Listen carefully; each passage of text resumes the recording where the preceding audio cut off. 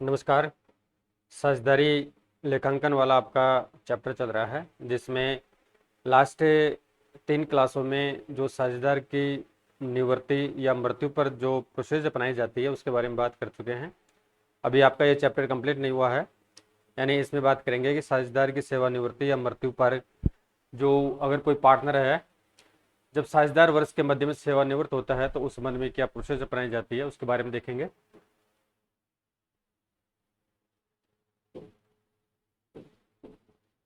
जब साझेदार वर्ष के मध्य सेवानिवृत्त होता हो and when partner retires in the middle of the year, क्या होता है कि सामान्यतः साझेदार वर्ष के अंत में ही सेवानिवृत्त या रिटायर्ड होते हैं, लेकिन कभी कभी वर्ष के मध्य में भी सेवानिवृत्त हो जाने पर निम्न समायोजन करने पड़ते हैं। यानी जो भी पार्टनर होता है व्यापार में, वो मोस्टली जो रिटायर्ड होता है या सेवानिवृत्त होता है वो वर्ष के अंत में ही होता है, लेकिन कभी कभार ऐसी परिस्थितियां क्रिएट हो जाती है, सिचुएशन क्रिएट हो जाती है, तो उसको मध्य में रिटायरमेंट लेना पड़ता है। इस स्थिति में कौन कौन से एडजस्टमेंट करने पड़ते हैं, ठीक है, यानी कौन कौन से समायोजन करने पड़ते हैं। इस स्थिति में सेवानिवृत्ति जिस माह में होती है, यानी जिस माह में सेवानिवृत्ति होगी, लेखांकन वर्ष के चिट्ठे की तिथि से लेकर सेवानिवृत्ति तक की तिथि तक क्रमशः जो हानि का अंश है, पूंजी पर ब्याज है, आहरण पर ब्याज दिया गया है अगर देय है, लाभ विभाजन अंश उसका कितना है, उसका समायोजन करेंगे। अब इसमें एक एग्जाम्पल दे रखा है, यानी कोई साझेदार 3 माह बाद, जैसे आपका वित्त वर्ष से 1 अप्रैल से स्टार्ट हो जाता है, अब 3 माह बाद देखेंगे तो 30 जून को अगर वो रिटायर्ड हो जाता है, तो जो लाभ, जैसे व्यापार में जो प्रॉफिट हुआ है 3 माह का, वो 20,000 रुपये का, कितने का है, 20,000 रुपये का है। तो उस संबंध में जो रिटायर्ड पार्टनर है उसको उसका अंश कितना होगा, उसको कितना पैसा दिया जाएगा। तो यहाँ पे व्यापार में लाभ हुआ 20,000 का, कितने का, 20,000 का, और 3 महीने का, 3 महीने वो व्यापार में रहा है, 3/12 कर देंगे। और फिर उसके बाद में जो उसका अंश था, यानी जो इसका, जैसे मान के चलो इसका जो भी पार्ट है, तो उसका जो पार्ट है जैसे 4:10 था तो उसे डिवाइडेड कर देंगे, तो जो आपकी राशि आएगी तो उसका जो अंश होगा 3 महीने का वो 2,000 रुपया हो जाएगा। कितना हो जाएगा, यानी यहाँ पे 20,000 है या मिसप्रिंट था तो 2,000 आएगा, यहाँ पे 2,000 रुपया हो जाएगा।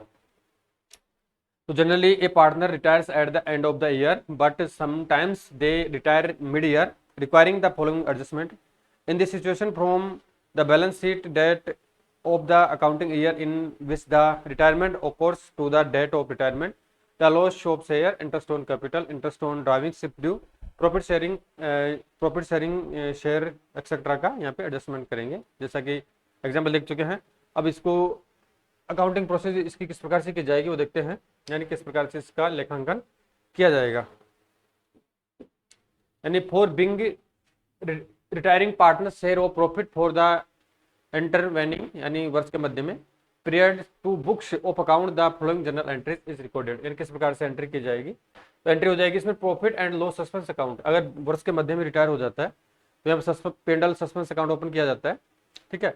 To retiring partners capital account, नीचे टू क्या आ जाएगा, to retiring partners capital account आ जाएगा, यानी share of profit for intervening या पीरियड, यानी जो भी उसका टाइम है वो के अकॉर्डिंग यहाँ पे कैलकुलेशन किया जाएगा।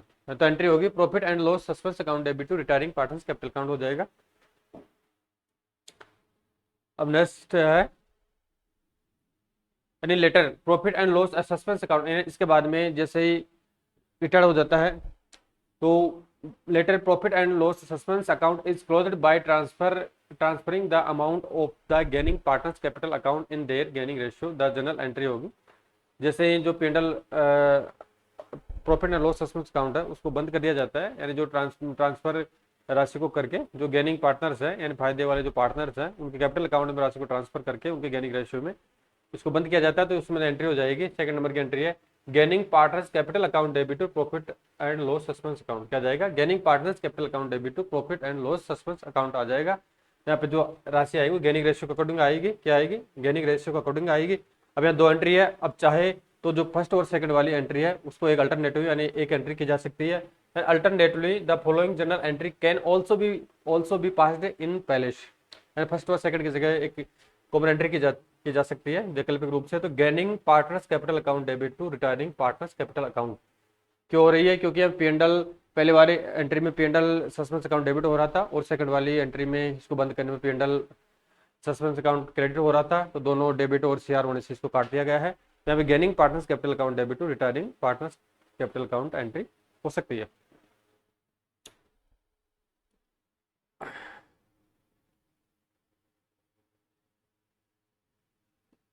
अब नेक्स्ट है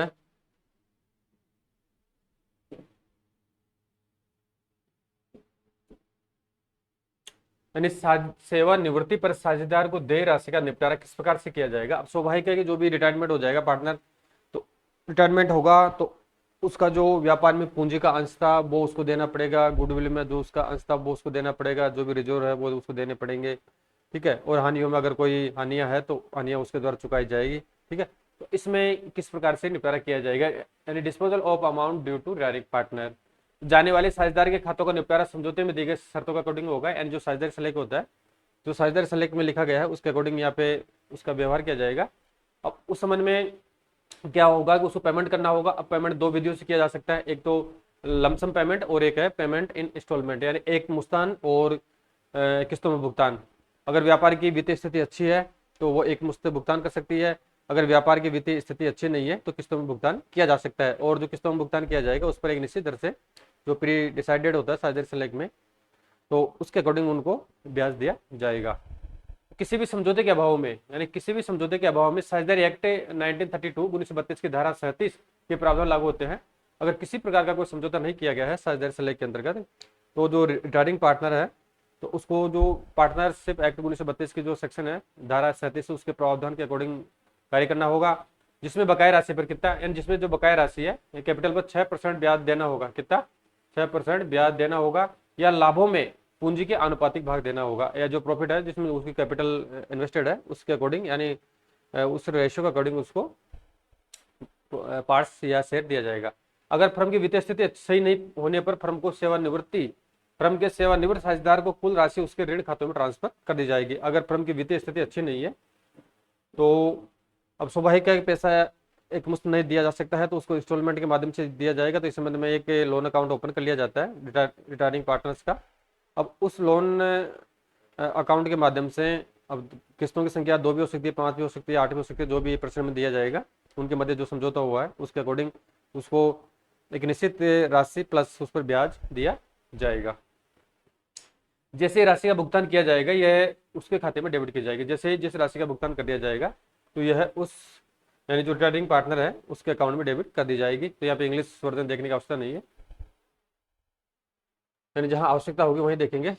लेकिन आपके जो नोट्स है बायलैंग्वेज है, हिंदी एंड इंग्लिश में है, सभी आपको हिंदी इंग्लिश में पढ़ाया जा रहा है। और इसके अलावा जो आपको एमसीक्यूज मिलेंगे वो भी बायलैंग्वेज रहेंगे, ठीक है। अब वहन retiring partner is paid cash in full, यानी जो रिटायरिंग पार्टनर है अगर उसको नगद भुगतान किया जाता है यानी पूर्ण रूप से उसको नगद भुगतान कर दिया जाता है लमसम एक मुश्त, उस संबंध में एंट्री हो जाएगी retiring partners capital account debit to cash या बैंक। अगर नगद किया है कैश, चेक से किया बैंक आ जाएगा, जो भी राशि हो यहाँ पे आ जाएगी।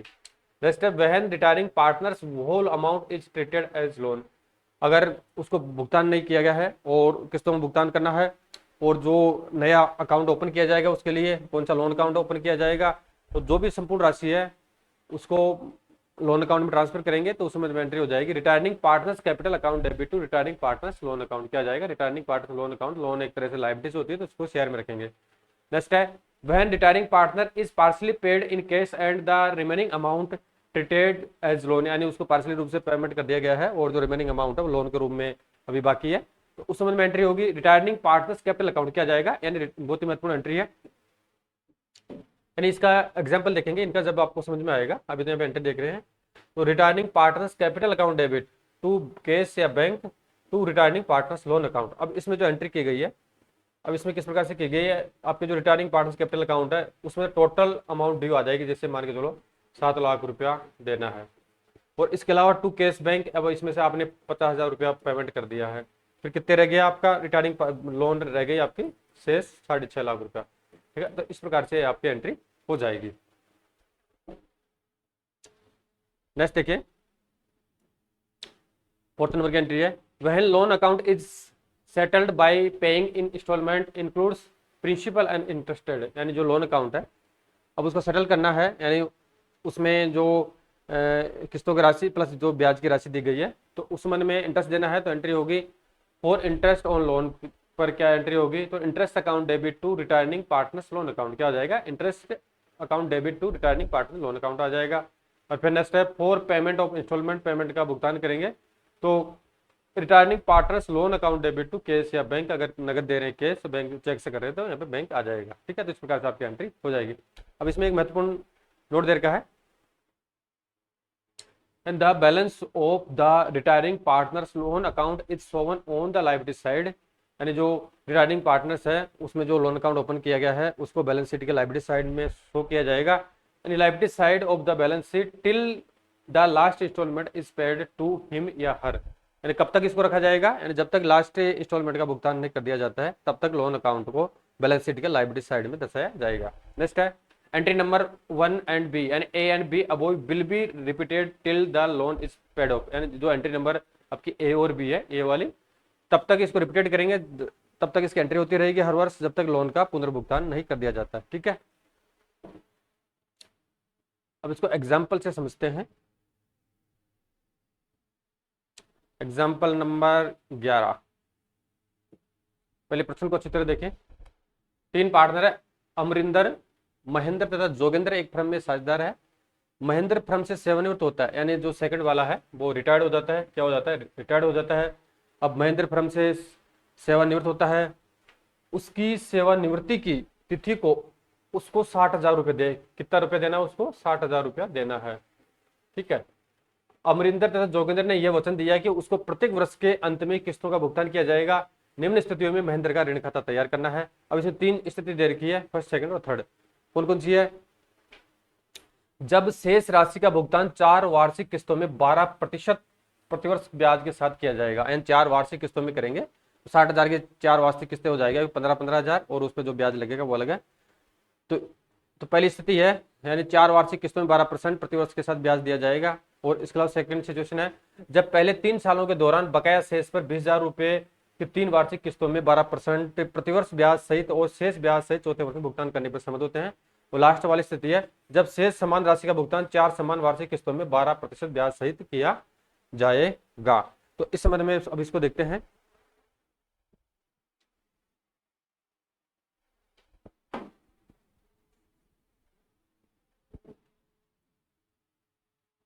तो फर्स्ट वाली एंट्री क्या बता रखी है, जब भुगतान 4 वार्षिक किस्तों में ब्याज के साथ किया जाएगा। तो अमरिंदर, महेंद्र, जोगेंद्र की पुस्तकें बनाना है। तो यहाँ पे पुस्तकों में महेंद्र का ऋण खाता है, यानी जो रिटायरिंग पार्टनर कौन है, तो महेंद्र से लोन अकाउंट तैयार कर रहे हैं यहाँ पे।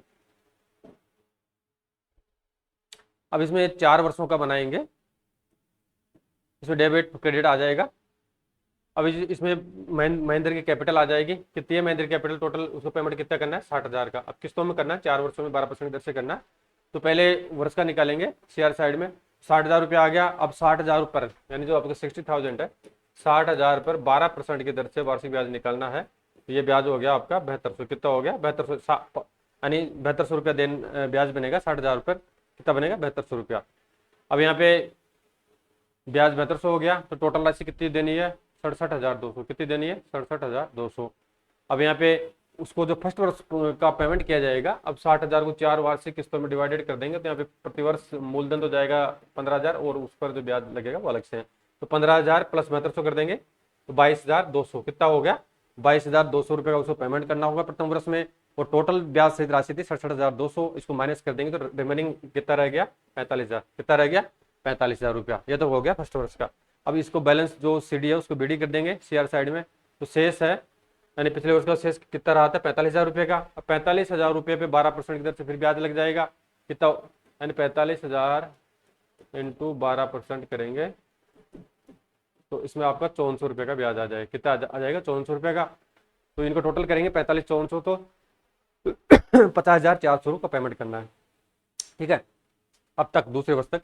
अब उसमें 15,000 रुपये तो उसका मूलधन जा रहा है और साथ में 400 रुपये का ब्याज जा रहा है। 20,400 रुपये दूसरे वर्ष में पेमेंट कर दिया है। अब 50,400 में से 20,400 माइनस कर देंगे तो 30,000 रुपया बैलेंस सीडी रह गया। अब नेक्स्ट थर्ड ईयर में इसको बैलेंस बीडी के रूप में ले जाएंगे तो 30,000 रुपया रह गया। 30,000 रुपये 12% की दर से 3600 रुपये ब्याज हो गया है। टोटल कितना हो गया है, प्रिंसिपल प्लस इंटरेस्ट 33,400। अब उसको 15,000 प्लस 3600 ब्याज देना है, 18,400 तीसरे वर्ष में भुगतान करना है। और इसमें से 18,400 में से 33,600 माइनस कर देंगे तो 15,000 रुपया शेष रह गया। 15,000 नेक्स्ट लास्ट वाले ईयर में बीडी हो जाएगा इधर। और फिर 15,000 पे 12% की दर से ब्याज निकालेंगे तो आपका 1,800 ब्याज आ गया। तो 15,000 प्लस 1,800 16,800 रुपया आ गया। अब 16,800 रुपये का इसको भुगतान करना है, 15,000 मूलधन प्लस 1,800 ब्याज। ठीक है, तो ये इस प्रकार से फर्स्ट वाली सिचुएशन में इस प्रकार से इसका लोन अमाउंट, लोन अकाउंट तैयार किया जाएगा। अब सेकंड स्थिति है,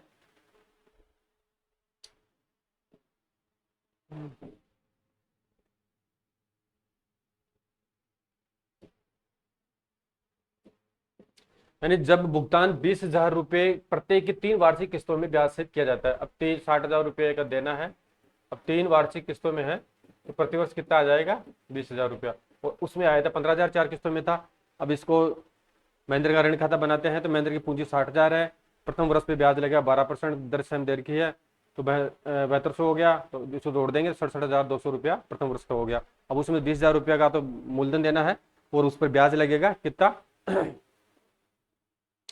यानी 67 ब्याज लग जाएगा, इसमें से आपका 7200 रुपया, तो 67,200 में से 20,000 को माइनस कर देंगे तो आपका 47,200 आ गया।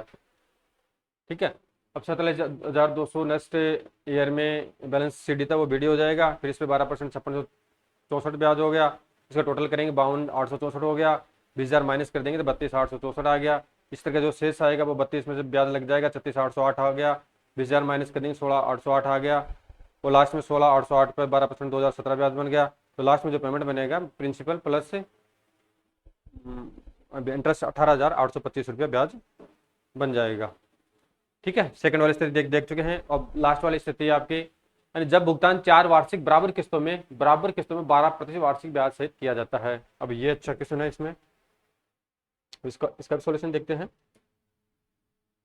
तो महेंद्र का ऋण खाता तैयार कर रहे हैं, पूंजी इसमें वो 60,000 है, प्रथम वर्ष का ब्याज लगेगा 67,200 यानी 7200 लगेगा, टोटल कर देंगे 67,200 आ गया। फिर इसमें जो उसका इसको पेमेंट करना है, यानी प्रथम सेम बराबर पेमेंट करना होगा इसको, 19,754 आ गया, इसको माइनस कर देंगे तो 47,446 आ गया, ये इधर बीडी हो गया, फिर इसका 56,94 ब्याज हो गया। फिर इस प्रकार से ये प्रोसेस चलती रहेगी, और जो लास्ट में पेमेंट किया जाएगा यानी बराबर 19,754 रुपया इसको ब्याज देना है। यानी यहाँ पे ब्याज इंक्लूड किया गया है और किस्तों को फिर बाद में बराबर बराबर बांट दिया गया है। अब यहाँ पे ये किस प्रकार से निकाली गई है, हालांकि इस प्रकार से क्वेश्चन एग्जाम में आने की पॉसिबिलिटी कम रहती है। इसमें जो एक टेबल होती है, तो सालाना 0.329234 रुपये इस वार्षिक सारणी के अनुसार ये ब्याज निकाला गया है 19,754 रुपया। तो इस प्रकार से क्वेश्चन आने की कोई पॉसिबिलिटी नहीं है, लेकिन नॉलेज के लिए यहाँ पे बात कर रहे हैं। तो 19,754 रुपये 12% प्रति वर्ष की दर से 4 सालों के भुगतान का निर्धारण किया गया है। नेक्स्ट है, यहाँ यह ध्यान देने योग्य है कि सेवानिवृत्त साझेदार और मृत साझेदार को देय राशि का लेखा व्यवहार समान होगा, यानी ये महत्वपूर्ण है। अभी तो यहाँ पे सेवानिवृत्त वाले के बारे में बात कर रहे हैं, जो साझेदार है जो मृत्यु होने पर व्यापार से अलग हो जाता है, तो उसमें किस प्रकार से किया जाएगा लेखांकन, वो अभी देखेंगे आगे। लेकिन इसमें सेम स्थिति ये बता रखी है कि सेवानिवृत्त और मृत साझेदार को देय राशि का जो लेखा व्यवहार होगा वो सेम तरीके से होगा। केवल अंतर इसमें एक यही रहेगा कि साझेदार की मृत्यु के समय जो राशि उसको दी जानी है का हस्तांतरण उसके उत्तराधिकारी खाते में कर दिया जाएगा। यानी मृत्यु वाला जो पार्टनर है अगर वो फर्म से अलग होता है, तो उसको जो पैसा दिया जाएगा वो उसके जो उत्तराधिकारी है उसको पैसा दिया जाएगा, उत्तराधिकारी के खाते में उसको ट्रांसफर कर देंगे, और जो सेवानिवृत्त वाला पार्टनर है उसका लोन अकाउंट ओपन कर दिया जाएगा। तो इस प्रकार उसको राशि का भुगतान किया जाएगा, यह इस अध्याय के अंत में समझाया जाएगा आपको।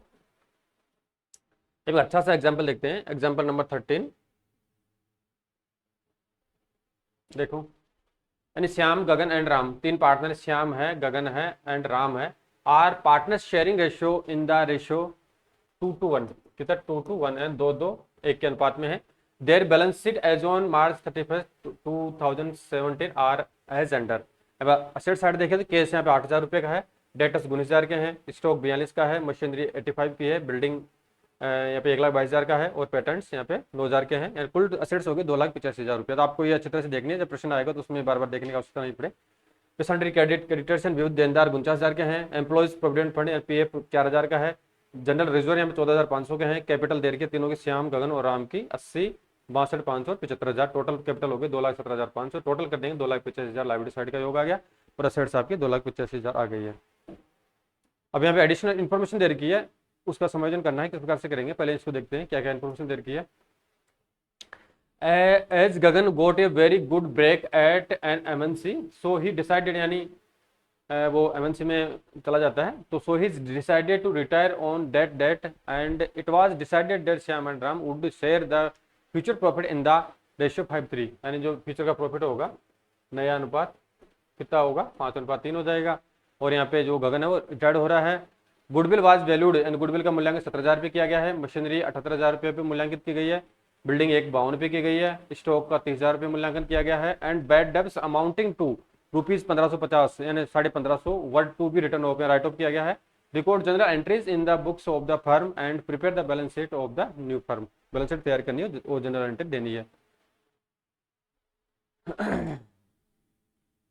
पहले तो इसको समझने से पहले इनका रेशियो याद कर लेते हैं, फिर आपको जो राशि है वो समझ में आ जाएगी। यहाँ पे पहले यहाँ पे क्या निकाल रहे हैं, गेनिंग रेशियो निकाल रहे हैं। गेनिंग रेशियो निकालने का सूत्र होता है न्यू माइनस ओल्ड। क्या आ जाएगा, न्यू माइनस ओल्ड शेयर। तो निकाल रहे हैं, तो जो पहले श्याम का देखेंगे और फिर बाद में राम का देखेंगे। तो श्याम का जो न्यू शेयर कितना है यहाँ पे 5/8 है और ओल्ड 2/5 है। इसका एलसीएम लेंगे 9/40 आ गया। और इसी तरीके से जो राम है उसका 3/8 आ गया नया और पुराना 1/5 है, तो यहाँ पे 7/40 आ गया। तो इनका जो 9:7 आ जाएगा, क्या आ जाएगा, यानी इनका जो गेनिंग रेशियो है वो 9:7 आ जाएगा।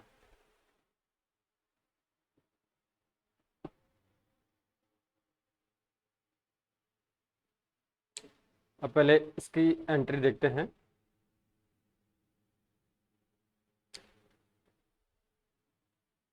यानी पहले रिवोल्यूशन अकाउंट की एंट्री करेंगे, ठीक है।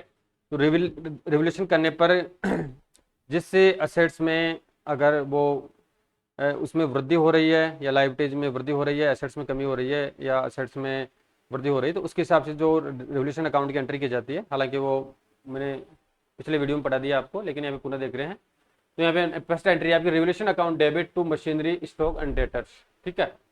तो यहाँ पे क्या क्या कह रहा है कि जो मूल्यांकन किया गया, मशीनरी का मूल्यांकन यहाँ पे 7,000 कम किया गया है, स्टॉक का 12,000 कम किया गया है और डेटर्स यहाँ पे 1550 कम किए गए हैं, ठीक है। तो यहाँ पे लॉसेज हो रहा है, तो यहाँ पे रिवोल्यूशन को डेबिट कर देंगे 20,550 से। नेक्स्ट है building account debit to revolution account है। तो यहाँ पे बिल्डिंग का जो मूल्यांकन किया गया है उसमें फायदा हुआ है, कितना 30,000 रुपये अधिक किया गया है। नेक्स्ट है revaluation account debit to Shyam's Gagan's and Ram's capital है। यानी अब इसमें यह महत्वपूर्ण है कि 20,550 तो ये हो गया, और इसके अलावा 30,000 रुपये की बिल्डिंग में वृद्धि हुई है। अगर इसको माइनस कर देंगे तो ये आ गया आपका 9450। कितना हो गया, 9450 रुपये का यहाँ पे प्रॉफिट हो रहा है। क्या हो रहा है, प्रॉफिट हो रहा है। अब प्रॉफिट को इनके ओल्ड रेशियो में डिवाइडेड कर देंगे, यानी 2:1 इनका जो ओल्ड रेशियो है श्याम का, गगन का और राम का। तो 9450 को 3780 और 1890 में इनको डिवाइडेड कर देंगे, ठीक है। तो इस प्रकार से ये इनका जो पुनर्मूल्यांकन पर जो भी प्रॉफिट हुआ है तो इस प्रकार से डिवाइडेड किया है। अगर यहाँ पे लॉसेज होता वो भी सेम जो भी राशि आती तो इनके मध्य 2:1 का अनुपात में डिवाइडेड कर देते। नेक्स्ट है इसमें रिजर्व है, यानी 14,500 के जनरल रिजर्व है, तो उसको डिवाइडेड कर देंगे 2:1 रेशियो कर देंगे, यानी 2:2 इनका ओल्ड रेशियो है। श्याम, गगन और राम तीनों को 5829 रुपये आ गया। अब नेक्स्ट है इसमें क्या दे रखा है कि गुडविल है। तो गुडविल का जो मूल्यांकन किया गया था वो कितने पर किया गया था, 72,000 पर। कितने पर किया गया था, 72,000 पर किया गया था। एक मिनट देख लेते हैं, यानी सॉरी गुडविल का मूल्यांकन 17,000 रुपये किया गया था। कितने पर किया गया था, 17,000 पर गुडविल का मूल्यांकन किया गया था। अब इनका जो रेशियो है 2:1 है, बीच वाला पार्टनर रिटायर हो रहा है, तो 2:5 इंटू 17,000 तो कितना आ गया 28,000 रुपया। यानी जो रिटायर पार्टनर हो रहा है तो उसका हिस्सा कितना है, 28,000 रुपया है। अब हिस्सा 28,000 रुपया है, तो इनको जो पार्टनर्स है नए वाले, वो इनका जो गेनिंग रेशियो है, यानी जो गुडविल की राशि है, जो रिमेनिंग पार्टनर है, यानी जो जिनको फायदा मिल रहा है, तो वो अपने फायदे के अनुपात में इस राशि को वहन करेंगे। कौन से अनुपात में, यानी गेनिंग रेशियो में। अब गेनिंग रेशियो में निकाल चुके थे, 9:7 आया था, ठीक है। किस प्रकार से निकाला था, न्यू माइनस ओल्ड करके। तो जो राशि है 28,000 को डिवाइडेड कर देंगे, तो श्याम की जो राशि है वो 9 अनुपात में 15,750 आ गई, उसके 7 अनुपात में 12,250 आ गए। और जो गगन्स है, तो जो सेकंड नंबर का पार्टनर रिटायर्ड हो रहा है, तो उसको शेयर कर देंगे। नेक्स्ट है Gagan's capital account debit to Gagan's loan account. अब इसको ये समायोजन राशि किस प्रकार से आई है वो अभी आगे देखेंगे। यानी समस्त समायोजन करने के बाद में जो रिटायर्ड पार्टनर हो रहा है उसको 1,80,000 रुपया, जो रिमेनिंग पार्टनर्स है यानी फायदे वाले जो यानी गेनिंग रेशियो वाले जो पार्टनर है या रिमेनिंग, अब इसमें जरूरी नहीं है कि जो गेनिंग का फायदा लेगा वही पार्टनर इसको पेमेंट करेगा, ठीक है। तो यहाँ पे इसको 1,80,000 रुपये का पेमेंट करना होगा। अब वो ये राशि किस प्रकार से, पहले तो यहाँ पे बैलेंस शीट तैयार करते हैं और फिर राशि देखेंगे किस प्रकार से निकल गई है। तो बैलेंस शीट देखते हैं तो केस यहाँ पे 8,000 है, डेटर्स यहाँ पे पहले 19 के थे, उसमें से 1,550 माइनस कर दिए। स्टॉक 30,000 का, मशीनरी 78,000, बिल्डिंग 152 और पेटेंट 294, 450 आ चुके हैं। और इस तरह सन्ड्री क्रेडिटर्स ये 49,000, एम्प्लॉयज प्रोविडेंट फंड 4,000 का, और श्याम की कैपिटल 73, 830 और इसकी ये राशि आ गई। और यहाँ पे गगन का जो पेमेंट करना है 1,80,000 रुपये करना है। अब वो किस प्रकार से देखते हैं, यानी पहले यहाँ पे रेवोल्यूशन अकाउंट बनाया गया है। रेवोल्यूशन अकाउंट तो सिर्फ जो असेट्स एंड लाइबिलिटीज का रेवोल्यूशन किया जाता है, उसके मध्य जो लाभ या हानि याद करनी होती है उसको तैयार किया जाता है। बिल्डिंग का 30,000 में वृद्धि हुई थी और इसके अलावा मशीनरी 7,000 कम हुई थी, स्टॉक 12,000 कम हुआ था, डेटर्स 1,550 कम हुआ था। और जो भी प्रॉफिट हुआ था यानी 94, इनको माइनस करने के बाद में 9450 को 3780 और यानी 2:2:1 में डिवाइडेड कर दिया गया है। और इसके बाद में बात करेंगे पार्टनर्स कैपिटल अकाउंट तैयार कर रहे हैं। अब सीआर साइड में देखते हैं तो बैलेंस शीट जो तीनों पार्टनर है उनकी जो पूंजी है 80,000 आ गई, गगन की 62,500 आ गई, श्याम की 80 है और राम की 75,000 आ गई। इसी तरीके से रेवोल्यूशन में जो प्रॉफिट होगा वो इस साइड आ जाएगा, अगर लॉस होता है डेबिट साइड आ जाएगा। प्रॉफिट हुआ है श्याम को 3780 का हुआ है, गगन को 3780 का हुआ है और राम को 1890 का हुआ है, ठीक है। और जो इनके मध्य जो जनरल रिजर्व थे उनको डिवाइडेड कर दिया गया है ओल्ड रेशियो में 2:1 में 5800 2900 का, ठीक है। इस प्रकार से डिवाइडेड कर दिया गया है। और फिर बात करते हैं नेक्स्ट, श्याम की कैपिटल थी और जो राम की कैपिटल आई थी यानी गुडविल की, वो 15,750 थी और 12,250 आई थी यहाँ पे। तो इसको सॉरी यानी इन्होंने फायदे के अनुपात में जो राशि दी है 15,750 और 12,250 दी है, तो गगन के अकाउंट में इसको शामिल कर लेंगे। तो इसकी जो राशि निकली है गगन की जो रिटायर्ड पार्टनर हो रहा है यानी वे 12,000 सॉरी अभी और 1,80,000 किस प्रकार से आई है, 62,500 तो उसकी पुरानी ओल्ड पूंजी है, 3780 रेवोल्यूशन पे लागू हुआ है और जनरल रिजर्व में 5800 रुपया मिला है और उसके अलावा जो 28,000 रुपया है गुडविल का वो इसको मिला है। तो इस कारण से इसको 1,80,000 रुपये का पेमेंट करेंगे। कौन करेंगे, जो आपके एडजस्ट या जो रिमेनिंग पार्टनर है वो करेंगे। और यहाँ पे देखिए गगन कैपिटल अकाउंट है तो श्याम से 15,750 लेगा और राम से 12,250 लेगा, तो गगन की पूंजी 1,80,000 आ गई। और बैलेंस शीट है तो बैलेंस शीट ये आपका इस प्रकार से यहाँ पे आया है। नोट दे रखा है as sufficient balance is not available to pay the due amount to Gagan, the balance in his capital account is transferred to his loan account. यानी यहाँ पे सफिशिएंट बैलेंस नहीं है व्यापार के पास में, यानी पार्टनर्स को भुगतान करने हेतु, रिटायरिंग सेवानिवृत्त पार्टनर्स को पेमेंट करने हेतु यहाँ पे अगर पर्याप्त बैलेंस नहीं होता है तो जो राशि है उसको लोन अकाउंट में ट्रांसफर कर दिया जाता है। किसमें ट्रांसफर कर दिया जाता है, यानी कैपिटल अकाउंट एक तरह से उनका जो लोन अकाउंट होता है पार्टनर्स कैपिटल लोन अकाउंट में ट्रांसफर कर दिया जाता है। नेक्स्ट बात करते हैं यहाँ पे साझेदारों की पूंजी का समायोजन किस प्रकार से किया जाता है, ठीक है। देखते हैं साझेदारों की पूंजी का समायोजन किस प्रकार से किया जाता है।